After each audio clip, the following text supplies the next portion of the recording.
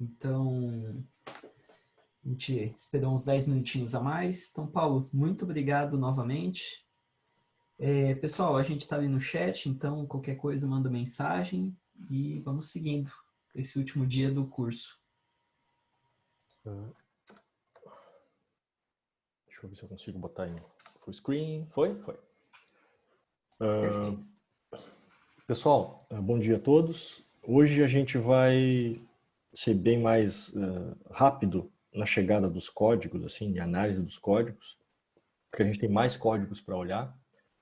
Mas a gente não vai ficar esmiuçando muito, porque a gente já viu os básicos, e é tudo relacionado àqueles básicos, tá? Primeira coisa que eu vou pedir para vocês é darem uma olhada no slide 136. Depois esses slides atualizados vai para vocês, tá? Se quiserem. Eu vou voltar lá em cima no 136. Opa, passei. Aqui. As duas últimas instruções eu tinha colocado o halt, por exemplo, estava halt if r0 igual a 0, tá? Isso estava errado aqui na descrição da instrução, tá? O restante está correto. O outro equívoco foi no jump zero, tá? Que estava voltado só ao R0 e não está implementado dessa maneira, tá? Ele é mais flexível. Eu posso escolher qual é o registrador que eu vou avaliar e aí eu pulo para o endereço de memória que está na instrução, tá? Então ele é um pouquinho mais flexível do que aquele R0. Bom, vamos voltar para o nosso dia 4 aqui, que é o dia de hoje. A errata já foi. Esse é o nosso processador que a gente definiu ali, o desenho bem high level dele, né? E vocês notaram que a gente viu, de novo, aquela teoria do processo e quando a arquitetura está descrita no corpo sem processo, no corpo da arquitetura, né? Sem processo. Vimos portas lógicas, combinamos AND OR para testar. A gente viu como é que funciona quando quer colocar N bits, né, no design.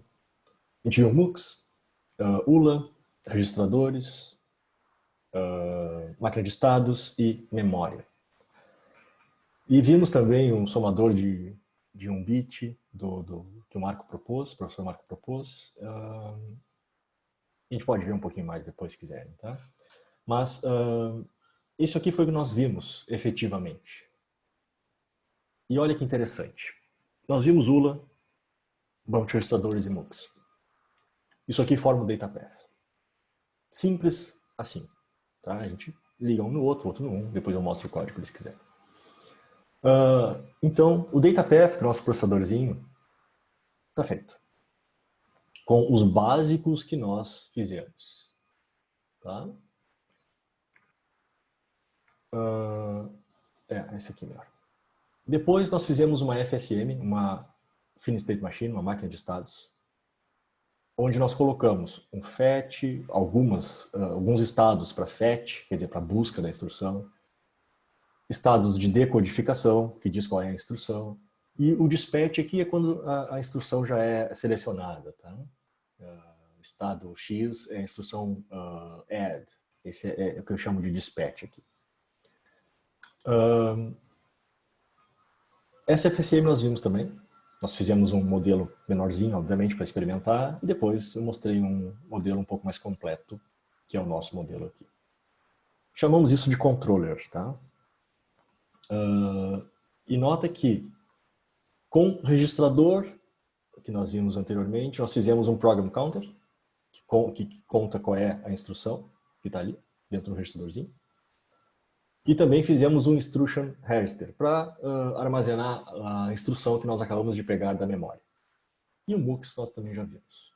Com isso, nós fizemos uma unidade de controle completa, que é o que a nossa maquininha ali pede. Notem que o processador é isso. Nada além disso. Tá? Desilusões à parte, quanto mais simples, melhor. Tá? E esse design, exatamente esse design, essa ideia de design, melhor dizendo, é o que nós temos hoje nos computadores de mesa, nos servidores, no processador do celular, tudo isso. Então esse aqui é o nosso processador. A única coisa que falta é ele conversar com uma memória. Tá? Que nós também vimos a memória e tudo mais. Então é só acoplar os dois através de um test bench. E está pronto o nosso processador. Vamos pegar código, então.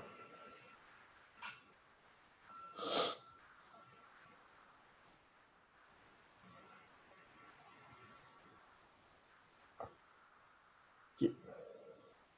Vamos pegar o nosso códigozinho. O test bench é vamos pegar o test bench. O test bench é extremamente simples, porque a gente só tem o processador. Tá? E a gente precisa de um clock e fazer o processador andar.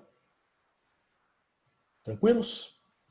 Como é que ficou o processador, então, no final das contas? Fizemos uma entidade microprocessador. Microprocessador é uma coisa antiga, tá, gente? É processador, tá? Isso aqui é coisa de velho. Porque tudo é micro, tudo é nano hoje, né, gente?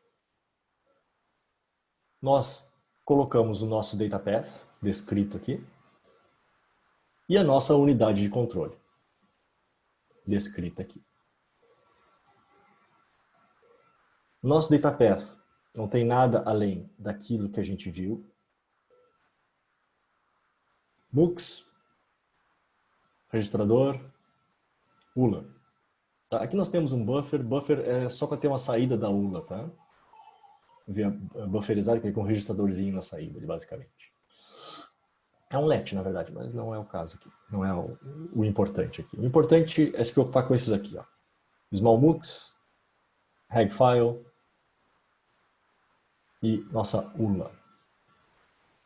São os três que a gente viu. Tá? Formou o nosso data path. Deixa eu voltar aqui. Que é esse camarada aqui. Esse pequenininho aqui e esse camarada. Por isso que nós começamos por ele. Ele é menorzinho, né? Voltando ao código, vamos voltar para o microcontrolador aqui. Microprocessadores. Bom, aqui são as portas utilizadas no data path. A unidade de controle. A unidade de controle ela é bem mais complexa, tá? Porque ela diretamente controla tudo aquilo que está no data path e mais o que está entrando da memória de instruções e de dados.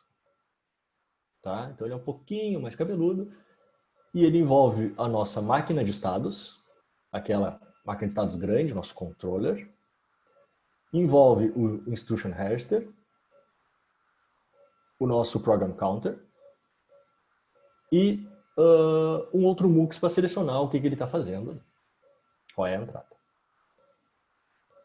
Tá? Aqui eu deixei bem explícito, aqui no port map, para vocês nunca esquecerem que isso aqui é um terrível exemplo. Notem que não tem nada mapeado, explicitamente mapeado. Então, para eu saber que esse cara aqui é um clock, eu tenho que olhar para esse cara enorme aqui e saber a ordem disso aqui. Saber que o clock é o primeiro, saber que o reset é o segundo, e assim por diante. Então, mais uma vez, isso aqui é para vocês entenderem que existe boas maneiras de programação, tá? Mesmo em VHDL. Overlog também vai ser assim, tá? Para algumas coisas. Assim como em C, em C++, nós temos boas maneiras, né? Deveríamos usar essas boas maneiras. E aqui é um exemplo claro. Bom, aqui está todo mundo mapeado para essas saídas e entradas. Perfeito? Vamos voltar para o nosso microprocessador. E colocamos a nossa memória acoplada ao nosso processador internamente. O nosso processador é como se fosse uma cache, isso aqui a gente pode considerar, tá? Uma memória cache. Não vamos entrar em detalhes também de arquitetura, mas é uma memória que eu vou mostrar para vocês agora. Bom, aqui são todas as conexões, tá? Nada muito diferente do que a gente já viu, tudo bem bonitinho. O restante importante, vou chamar assim, é o que a gente viu ontem, que é a máquina de estados, tá? E o que eu apresentei agora há pouco, que é o data path.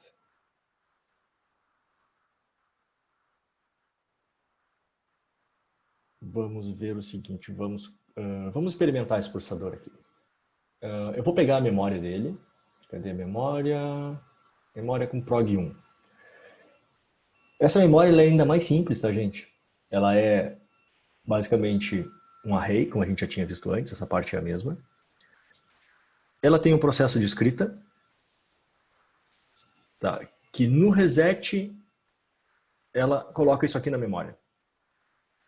Deixa eu tentar fazer assim, ó, que eu acho que vai ficar mais interessante.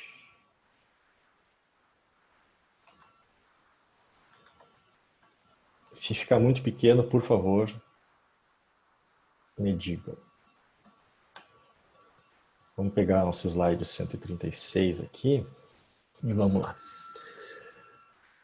Essa instrução aqui, eu vou dividir ela em 4 e 4, 4 aqui e 4 aqui. Essa instrução, esse aqui é o opcode dela.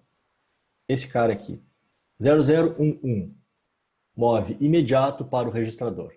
Aqui tem um comentário dela, vou trazer o comentário um pouquinho mais para cá. Essa outra instrução também move um imediato para o registrador. Esses 8 bits aqui são imediato, pessoal. Isso aqui está em hexadecimal, tá? 0B. Aqui também tem hexadecimal. Esse aqui é 0B, está aqui marcado, para o registrador 2, usando esta instrução que o Marco anotou. Obrigado, Marco. Que o Marco anotou. Aqui nós temos uma outra instrução que faz a mesma operação imediato neste campo para o registrador indexado neste campo. Embaixo nós temos uma outra instrução, essa aqui é uma instrução um pouquinho diferente, é uma instrução de store. Ele pega o que está no registrador e manda para a memória, cujo endereço está aqui, o endereço que a memória vai operar. E esse aqui é o registrador 3, esse mesmo registrador aqui. E assim por diante, a gente pode olhar cada uma delas.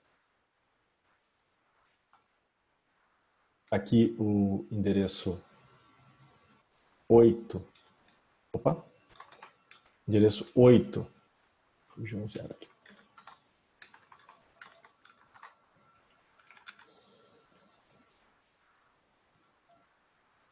É lido e vai para o registrador 6. Aqui está 6 em binário. Aqui a memória recebe o que está apontado pelo registrador. Deixa eu fazer ao contrário, mais fácil. Apontado pelo registrador.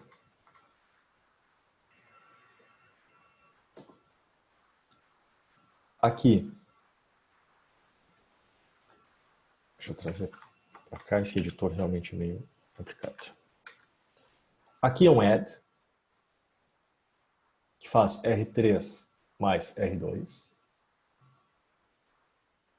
Perfeito? E aqui embaixo é um sub. Deixa eu só mexer. Esse aqui é dividido assim. Esse também e esse também. E aqui é um add e aqui é um sub. Esse aqui é o jump. Nossa penúltima instrução.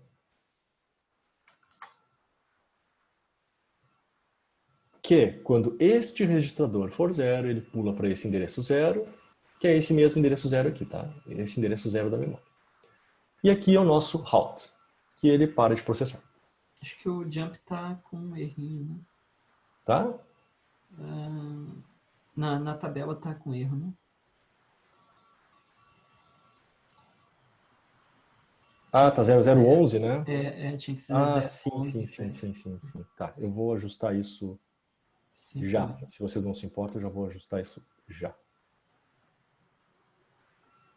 E esse erro foi de agora, porque eu acabei de copiar de cima e trocar ali. Uhum. Isto, né? Isto. Bom, seguindo. Depois vem o halt.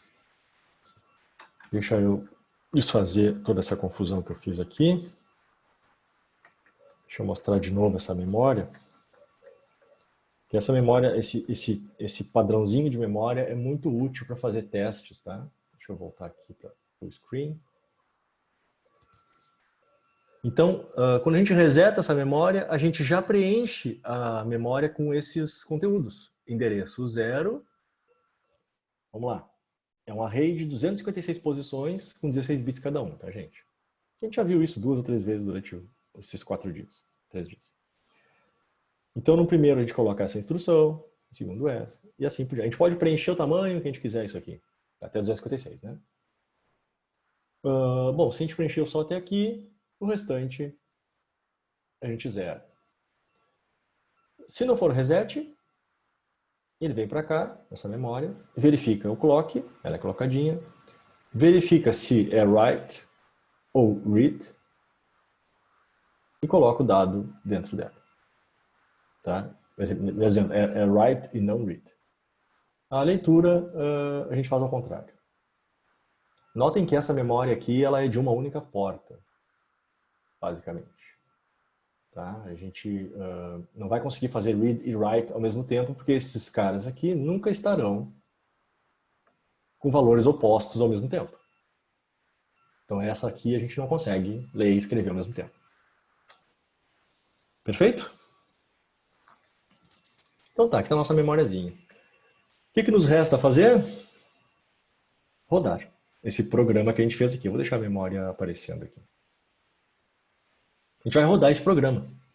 Tá? Não tenho certeza se ele está certo ou errado, se alguma coisa vai dar errado, mas a gente vai ver agora.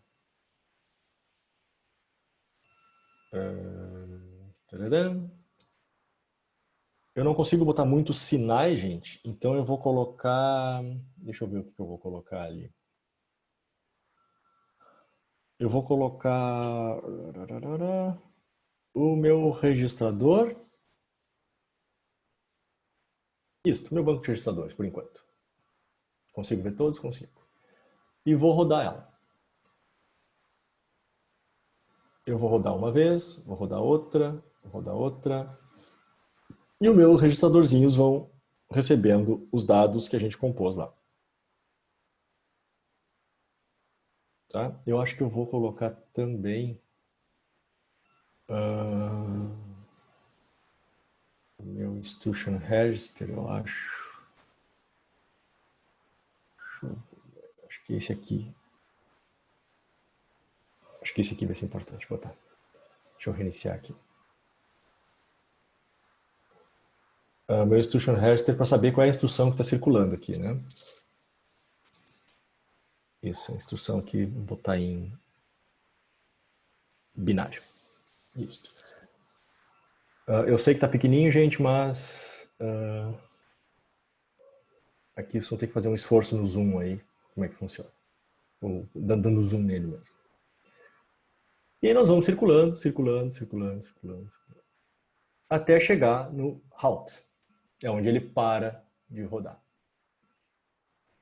Bom, não sei se ele computou certo, mas ele pelo menos chegou no halt. Se ele chegou no halt, quer dizer que ele passou por aqui e chegou aqui. E aí parou de computar. Deixa eu voltar para aqui, para o waveform. E aqui ele não faz mais nada. A gente pode andar com a simulação e ele não muda mais nada aqui. Tá? E esse é o nosso processador, gente. Funcionou para essa nossa aplicação bem simplesinha e tal.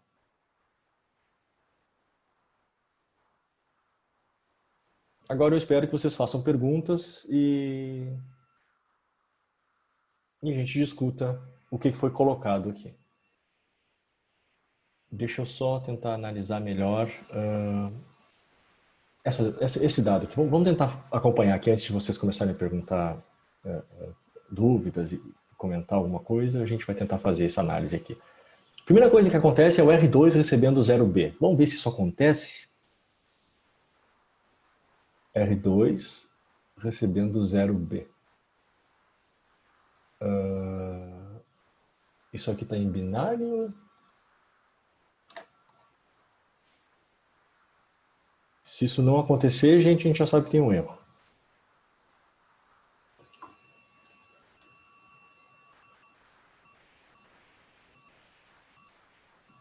R2 recebendo 0B. Não, o R3 recebe 9 primeiro, né?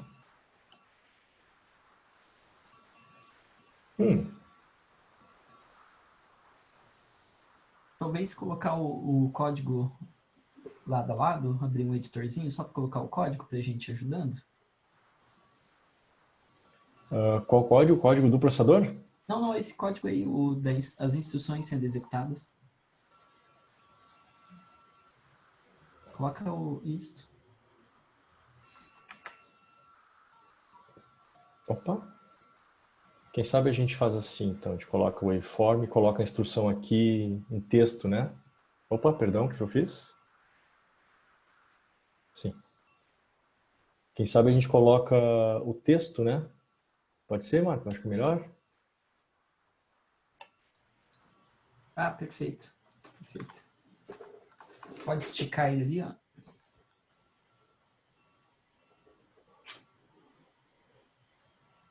Como é que edita ele agora?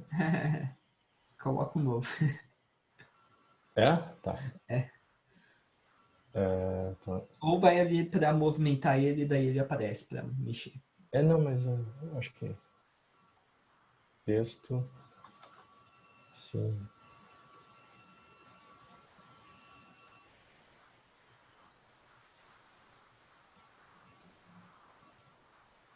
Ele ficou com esse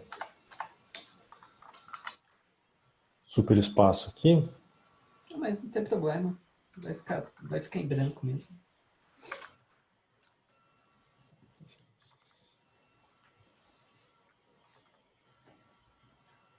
E aí depois eu quero jogar ele para um cantinho ali, ele vai ficar meio espaçoso.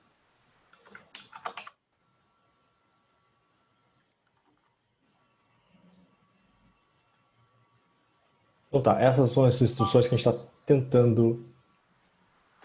Primeira instrução é essa aqui, que é colocar no R2 o 0B. Uhum. 0B está aqui.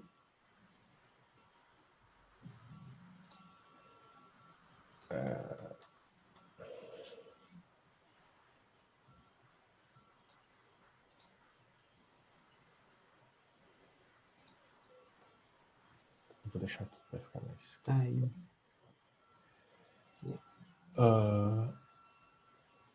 Por que o R2 não recebeu o 0B, né? É uma pergunta importante. Gente, a gente não vai ficar debugando o processador, tá, gente? Mas isso é para mostrar para vocês que fazer rapidinho não é rapidinho.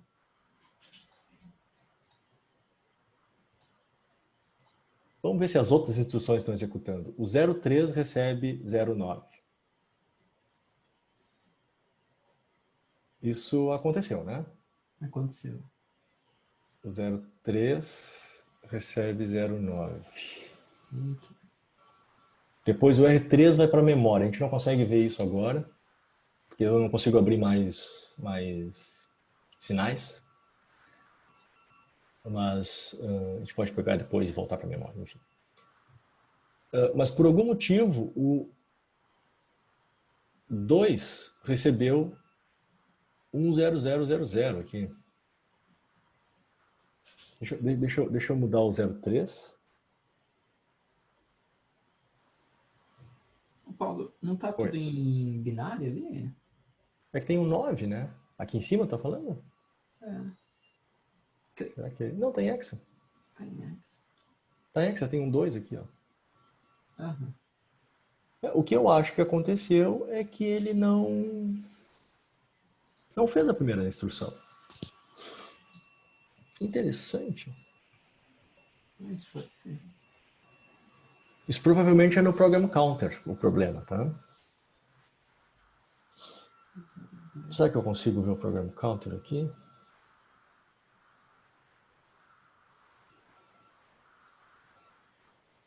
Program Counter.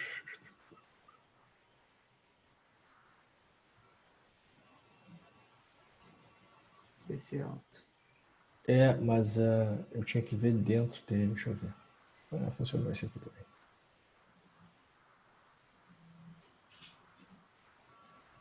Deixa eu voltar aqui.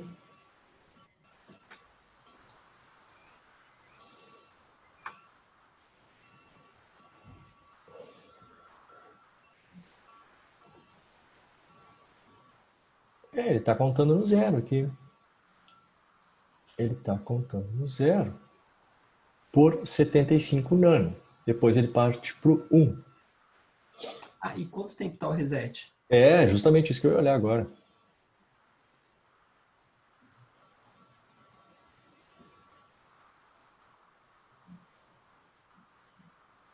O reset está em 50 nano.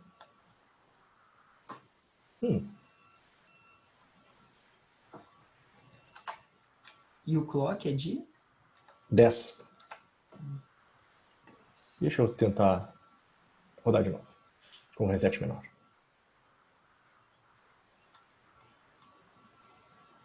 Não, mesma coisa. Não, é um problema na lógica, gente. Aqui a gente vai ter que olhar, eu vou ter que olhar com mais atenção dentro do program counter e tudo mais. É porque depois ele faz a soma, né? Ó. Aqui ele atualiza para 1,0, que é quando ele está aqui na instrução 6, não? Ó, no ciclo 6, Isto. né, ele fez a soma. É só a primeira mesmo que ele está... A primeira instrução que ele está pulando. Provavelmente o meu contador, ele está...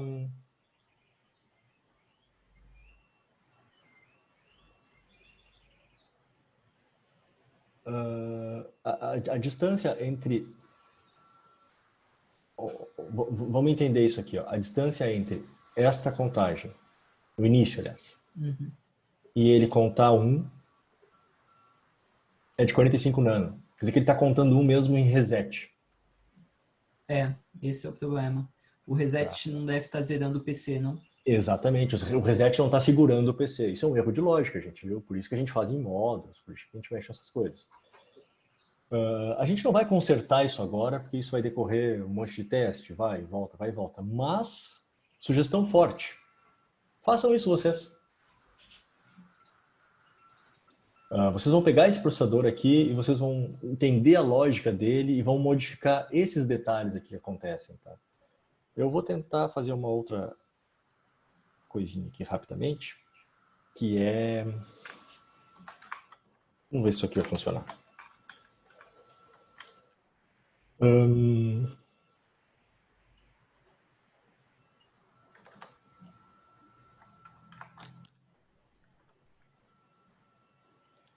Então, eu estou fazendo uma soma, tá? Esse aqui é o opcode da soma. Vou somar o registrador 0 com o registrador 1. Acho que eu errei os números, né? Acho que é assim. Isso. Isso aqui não vai fazer nada, tá?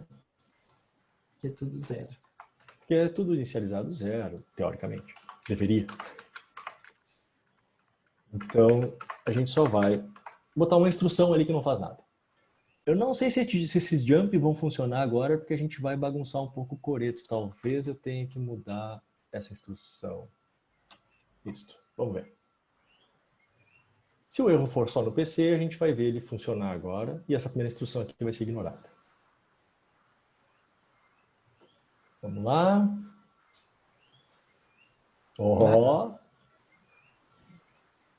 Claro que agora ficou maior, né, a execução, porque agora ele tem um número aqui, né? No 2. Agora ele tem algum número aqui para fazer alguma coisa, para computar. Antes ele estava com 0, né? Aqui. Então era menor. O 2 mais 3 antes dava 9. Agora o 2 mais 3 está dando 20 e poucos. Então vai ser bem mais longa essa execução aqui. Ele fica fazendo um laço, né? Aí fica fazendo um laço. Tá, gente? Então isso aqui é uma execução, tá, de um código que não funcionou, mas que a gente sabe onde está o erro está no PC. E tem alguns ajustes para se fazer, tá, gente? Para ele funcionar adequadamente. São ajustes teoricamente simples, tá, pessoal? Não é nada de se enlouquecer aqui.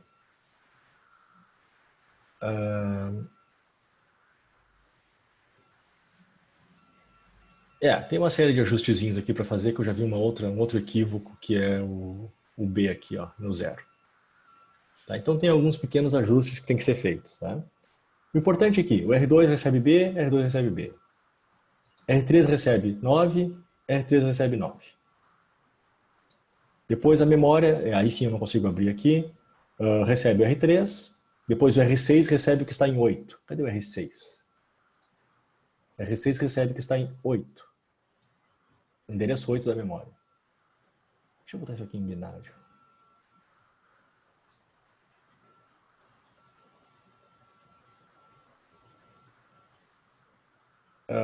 Claro que a gente modificou, isso aqui tem que shiftar para baixo, tá, gente? O endereço 8 da memória é esse 7 que está aqui embaixo em azul. Ó. Vocês podem ver que é exatamente a mesma coisa. Uhum. Então, nós lemos aqui uma instrução como se fosse um dado, porque nós não temos divisão. Tá? E assim por diante. Sim.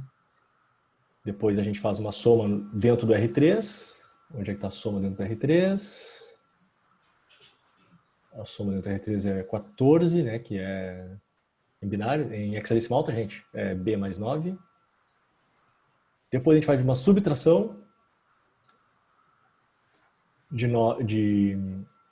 2 menos 6. Como 6 é bem maior, então dá esse número meio diferente aqui em hexadecimal. O R6 é bem maior. E assim por diante. Esse é um processador que você pode escrever no próprio código dele durante a execução, né? Exatamente, exatamente. Exatamente. Isso aqui, gente, que vocês estão vendo à direita, se a gente construir um compilador, à direita do código aqui, gente, eu vou botar isso aqui. Isso aqui que vocês estão vendo à direita do código aqui, é o assembly desse processador. A linguagem assembly desse processador. Então, se vocês forem, por exemplo, pegar um compilador para um processador qualquer e compilar lá com a flagzinha para gerar o assembly, -S normalmente, vocês vão ver um código que é isso aqui. x86, ARM, GPU, qualquer coisa. É bem parecido com isso aqui o código.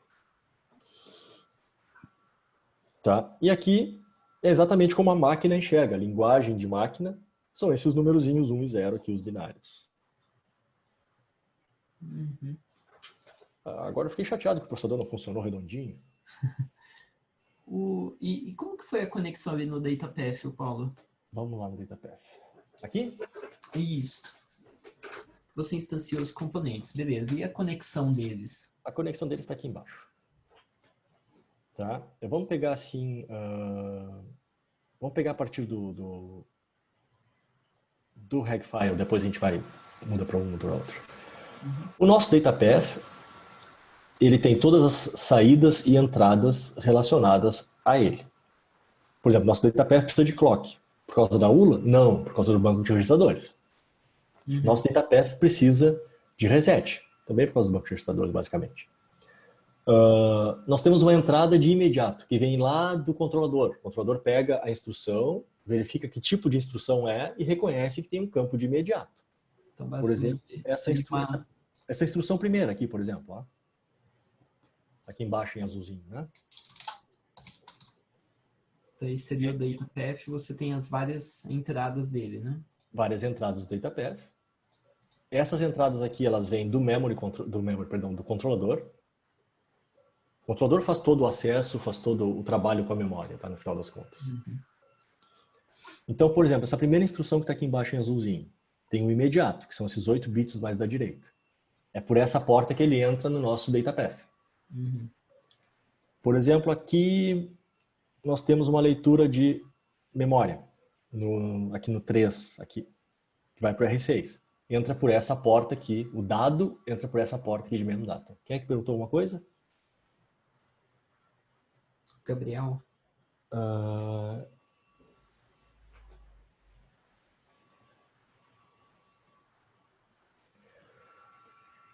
Não é bem um compilador, tá? O compilador é uma palavra bem forte, é um montador que eles criam.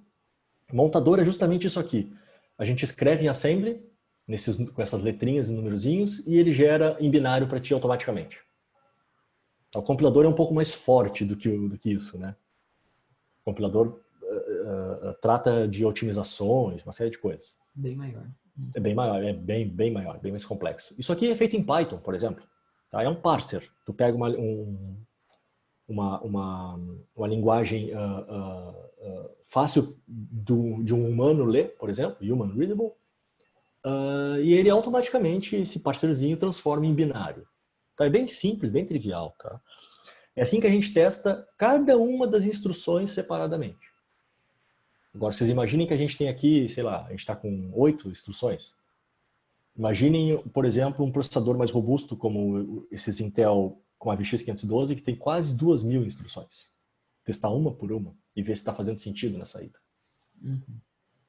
Então, voltando ao nosso DataPath rapidamente, aqui nós temos o sinal para controlar o nosso RF, o nosso endereço do raster file, os endereços de escrita, né? Endereço de leitura dos dois, write enable, read enable do raster file. Então, esses A memória aqui... fica dentro do DataPath. Não, a memória está dentro do processador. Tá. Eu posso abrir aqui. Aí seria um componente externo, então. Aqui, ó. A memória ela não fica no DataPath. A memória ela fica tradicionalmente fora. Certo. Tá? Certo. Porque o processador ele pode trabalhar sem acessar a memória, né? Uhum. Então a memória normalmente ela é acessível. Isso é bem correto dizer, tá? Que todos os processadores fazem isso de modo geral. Claro, a gente está tirando aqui as memórias do tipo L0 de instruções, por exemplo. Tá. Né? A gente está tirando um pouco porque isso é um buffer para as instruções que ficam dentro do controlador maior de instruções, do fetch, do decode, enfim. Mas essa parte de dados, normalmente ela é ao lado, como se fosse uma L1. Tá? Isso aqui a gente pode pensar como se fosse uma L1 compartilhada, né, de dados e instruções. Uma L1 global, né? Uhum. A gente não tem isso, obviamente, hoje nas máquinas, né? Mas microcontrolador ainda é assim, tá? Ainda tem memórias que são conjuntas em algumas opções, em algumas versões. Uhum. Eles têm uma memória ROM, que é a memória de programa fixo, que, por exemplo, tu pode rodar um pequeno SO. E tu tem a memória que carrega de algum lugar externo, por exemplo, o programa e compartilha aquele espaço com dados. É assim ainda. Em microcontroladores a gente tem bastante isso. Bom, voltando aqui ao que a gente está vendo no nosso DataPath. Então, todas aquelas entradas que estão lá, elas vão direto para o nosso componente regfile. Deixa eu pegar aqui. Vão direto para o nosso componente regfile. Por exemplo, o clock.dp. Aqui em cima do DataPath, da nossa entidade maior, clock.dp. Então, vai tudo para cá. E esse desenho aqui, eu acho que fala bastante. Ó.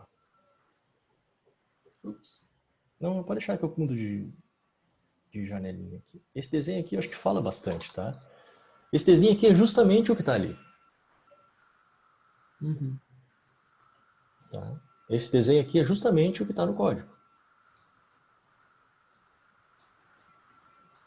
Tá? Deixa eu... Tu quer desenhar aí, Marco? Deixa eu desenhar. Agora o MUX, ele conecta quem com quem? Vamos lá. Esse multiplexador aqui, ele tem 3 portas de entrada, uma seleção e uma porta de saída. Essa porta de entrada aqui, a I0, é a LU para MEMMUX. Ok? Aqui está o sinalzinho dele. Vamos ver com quem que ele se conecta aqui. Com a saída da ULA. Por exemplo, se for uma saída, se for uma instrução que vai para a memória, que vai para a memória. Qual seria essa instrução que vai para a memória aqui nessa lista de instruções embaixo? Aquela que usa, por exemplo, Essa daqui. isso, exatamente, essa aí, por exemplo. Porque essa aí a gente tem que ler o registrador 3. Então, na verdade, a gente tem um bypass dentro da ULA. Deixa eu pegar a ULA aqui, gente, que vai ser mais instrutivo, acho. ULA. Quais são as instruções que a gente tem na ULA? 2 instruções que fazem bypass. Uma da entrada A e outra da entrada B. E nós temos nossa soma e nossa subtração. Tá? Quais são as diferenças dos bypass? A gente pode olhar também, passo a passo. Mas, voltando ao DataPath. Então, nosso multiplexador, ele basicamente faz isso. Ele pega a saída da ULA e diz, olha, esse dado que está sendo lido do registrador, ele vai passar por dentro da ULA, porque é o caminho de dados. Isso, o caminho de dados está feito pelo Marco ali já. Sai do registrador e vai para a ULA. Só que eu não quero computar nada dentro da ULA. Eu só quero passar porque é um caminho de dados. Eu não quero fazer uma porta extra no registrador. Eu poderia colocar o MUX aqui, nesse ponto, entre o reg e a ULA? Poderia. Também Mas poderia fazer. Também fazer um MUX maior e fazer isso daqui, não? Eu poderia colocar um MUX... poderia também. Também poderia. Também poderia. Mas aqui a ideia é deixar ele mais clean, né? Assim, se botar um MUX aqui no meio, a gente começa... Aliás, aqui no meio já não poderia ser um MUX, assim. Teria que ter um... Aqui dentro eu teria que ter um MUX e um demux, provavelmente, né? Porque eu teria que voltar para a porta depois. Então... São detalhes de implementação, tá, gente?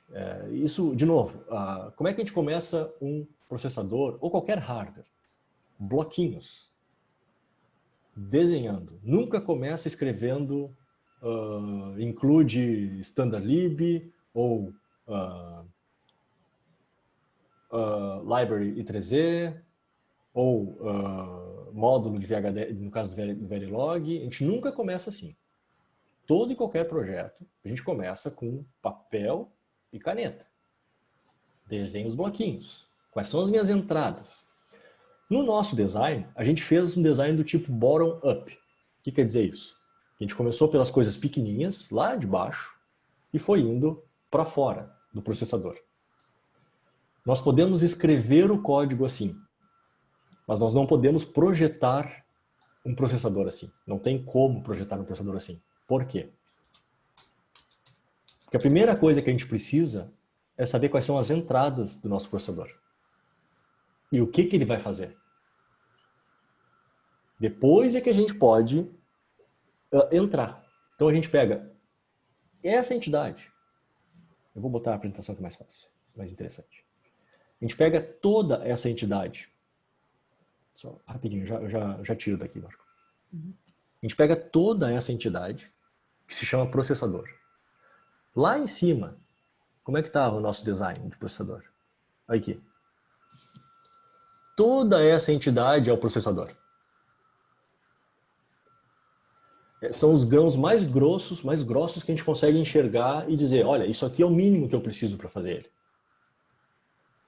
E aí depois a gente vai melhorando, vai para o DataPath, vai para o... Assim, fica melhor. A gente define qual vai ser a parte do DataPath e vai, cada módulo maior, a gente vai enxugando. Quando a gente está fazendo papel e caneta, é assim que a gente faz. A gente faz um blocão, depois a gente divide esse blocão em pequenos blocos e vai indo até chegar na ULA. Uma vez a gente chegou na ULA, aí a gente para escrever o código, por exemplo, de baixo para cima. Primeiro a gente escreveu a ULA, depois a gente escreveu o PC, depois a gente escreveu o registrador. Depois a gente definiu que essa ULA vai ter mais de uma entrada ou mais de uma saída. E assim por diante. Deixa eu voltar para mim aqui.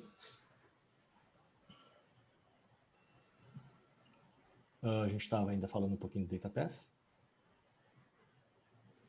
A entrada I1. Oi? Tem um MUX que também liga a ULA ou a memória para o banco de registradores. Deve ter um MUX aqui, certo? Isso. Deixa eu pegar aqui no controller. Eu acho que ele está no controller, se não me falha a memória. Não, no control unit, na verdade. Aqui. A gente chamou de Big MUX porque tem 4 entradas, né? E o outro é o Small MUX, tem 3 entradas. Perfeito. A diferença é nenhuma, tá, gente? É só uma entrada mais. E esse aqui, o que esse aqui faz? Esse aqui, na verdade, ele fica mais embaixo, eu acho. Mas estou tentando lembrar do desenho que eu fiz. Não está aqui no meu caderno, mas enfim. Esse aqui, o buraco é um pouco mais embaixo. Esse aqui, a entrada dele, por exemplo, é a saída do DataPath. Uma das entradas. Uhum. Vai para esse MUX aqui. A outra entrada é a saída do instruction register. Tá? Esse MUX ele serve para conversar com a memória. Tá? Uhum. Ele é... Porque como tudo passa pela ULA, no caso, no que sai dos registradores, então eu não preciso ter ter o MUX na entrada dos registradores, e sim na saída deles. Né? Uhum. É só um raciocínio ao contrário. Né? Então eu tenho meus registradores, temos nosso data path, temos o nosso register counter, program counter, e nós temos nosso instruction register. E todos esses podem sair, melhor dizendo, para a memória. Tá?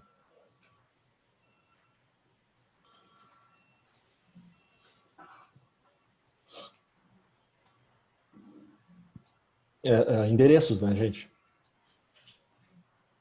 Aqui não são dados, né? Perfeito. Então tá, pessoal, dúvidas? O pessoal ficou triste que não funcionou o código. Eles queriam que eu rodasse o Windows.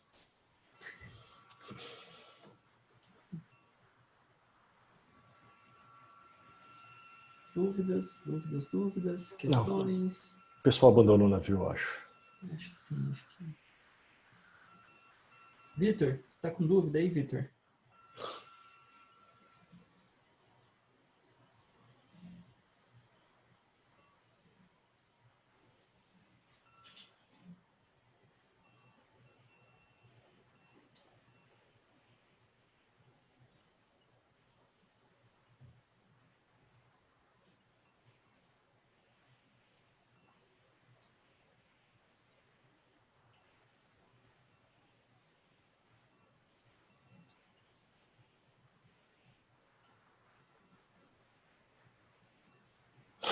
Que horror. Que horror, Marcelo. Que curso tu faz, Marcelo?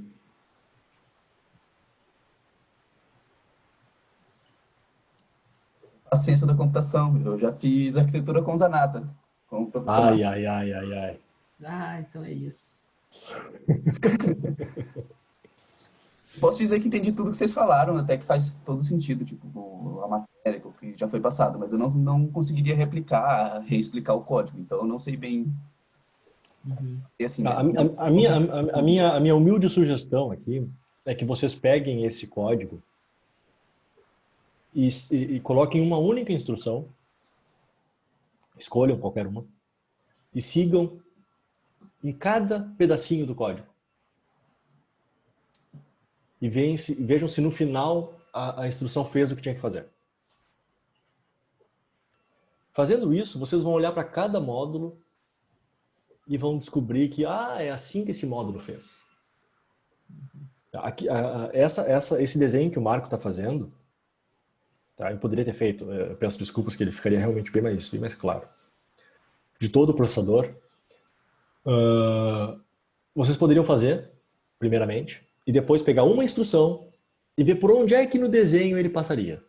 Depois pega os sinais, melhor dizendo, na simulação, e ver por onde que ele está passando.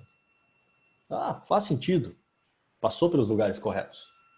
Depois pega uma segunda instrução diferente. E assim vai. Tá? Tem um monte de código? Tem bastante código. Mas eles são extremamente simples e diretos. Não tem... O código mais complicado é esse aqui. E que no final das contas, ele não tem nada de complicado, porque são isoladamente... Vocês podem dividir ele em partes separadas do que ele faz. Uhum. Então, parece muito complexo por causa da quantidade de códigos, talvez porque vocês nunca tinham visto tanto código ao mesmo tempo em VHDL. Mas, se vocês pararem para olhar cada um separadinho, bonitinho, vocês vão que é um monte de código pequenininho, trivial, colocados juntos. Uhum. Tá? Essas palavras não são motivacionais, tá, gente? Elas são reais. É o que é um processador no final das contas. Não tem nada de mágico. Uma coisa que esse código tem de bom é que ele não usa nenhum truquezinho. Tá? Não tem nenhuma mágica aqui. A maior mágica que ele tem é o others ou o range para zerar todos os bits de um vetor. É a única mágica que ele tem aqui, a coisa mais intrínseca, mais escondidinha. O resto, esse código não está usando nenhuma falcatrua, nenhuma coisa mais elaborada. E sabendo que tem esses 3 componentes principais, né, o controle, o datapath e a memória, dá para ver na instanciação deles o que eles estão instanciando, quais componentes, e aí você vai saber o que tem lá dentro de cada um, e aí você consegue conectar as coisas, igual a gente está vendo, né? Tá brincando aqui de pegar o register file, ele está conectado à ULA, que está conectado ao MUX, foi instanciado quantos MUX, então você já começa a pensar, né? Bom, tem os MUX, mas quem está conectado a ele? E aí vai seguindo todos os sinais e você vai conseguindo entender um pouquinho melhor o que está acontecendo, como que eles estão conectados, né? Então, o PC mesmo, bom, é um banco de... é um registradorzinho. Né? Um registrador. Não tem uma novidade assim, tá, mas ele está recebendo sempre PC mais 2, talvez. E sempre pegando a próxima instrução. Não, ele só vai receber PC mais 2 quando o controle ativar ele. Né? Então, primeiro vendo o que é instanciado. Aí você pode olhar lá dentro para entender o que está sendo, o que é esse register file, o que é a ULA exatamente, o que é o MUX exatamente. Beleza, a gente já sabe.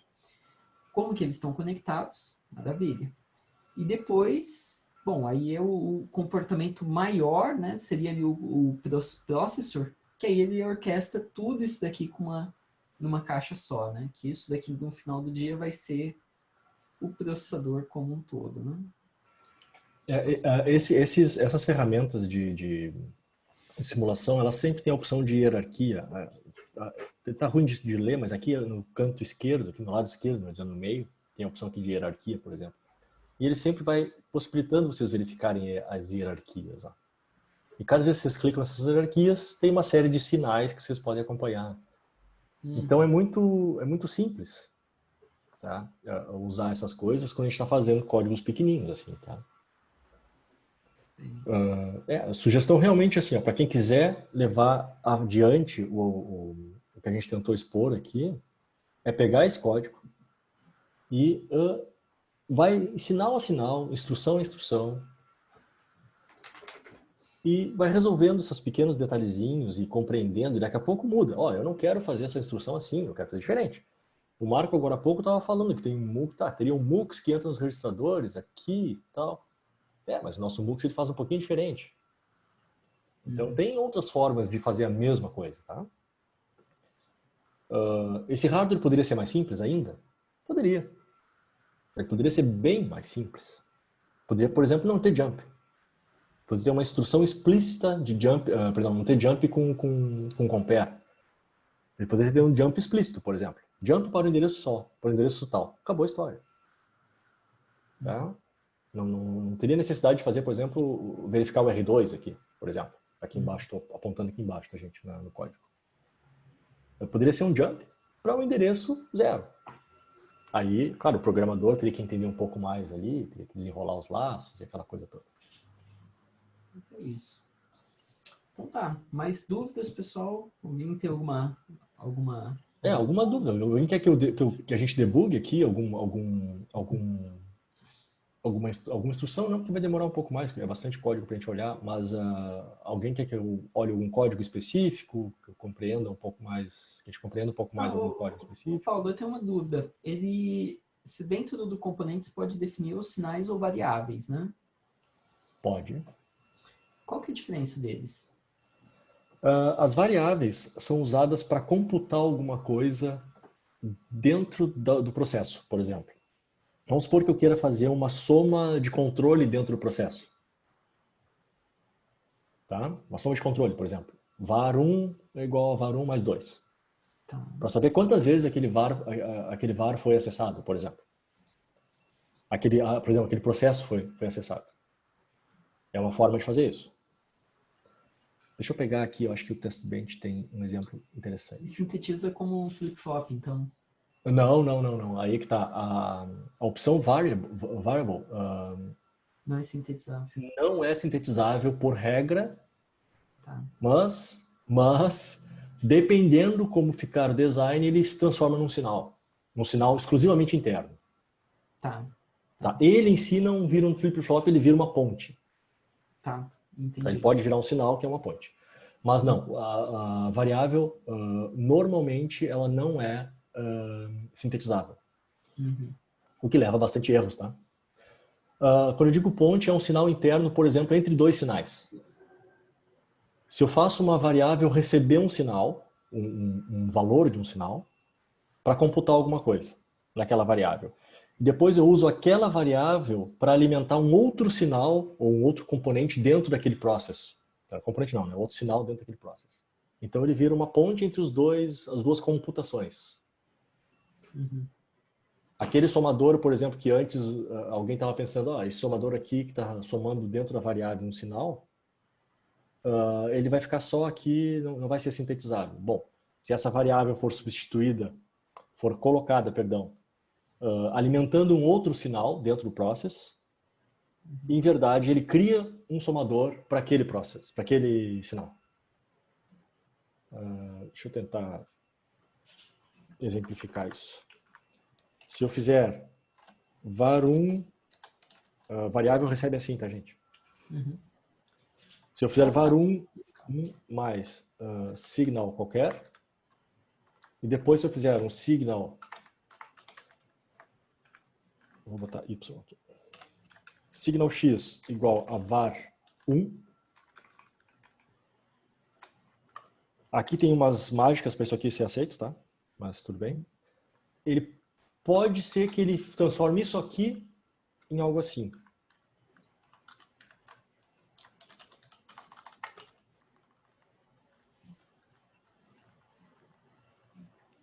Recebe 1 mais signal y. Uhum. Pode ser que ele transforme isso aqui. Tá?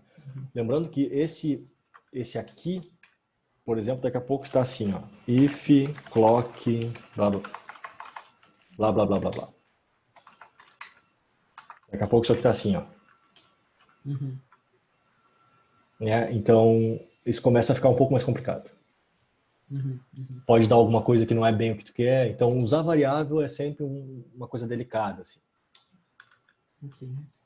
E não é assim uma grande Brastemp usar variável, tá, gente? Uhum. Uhum.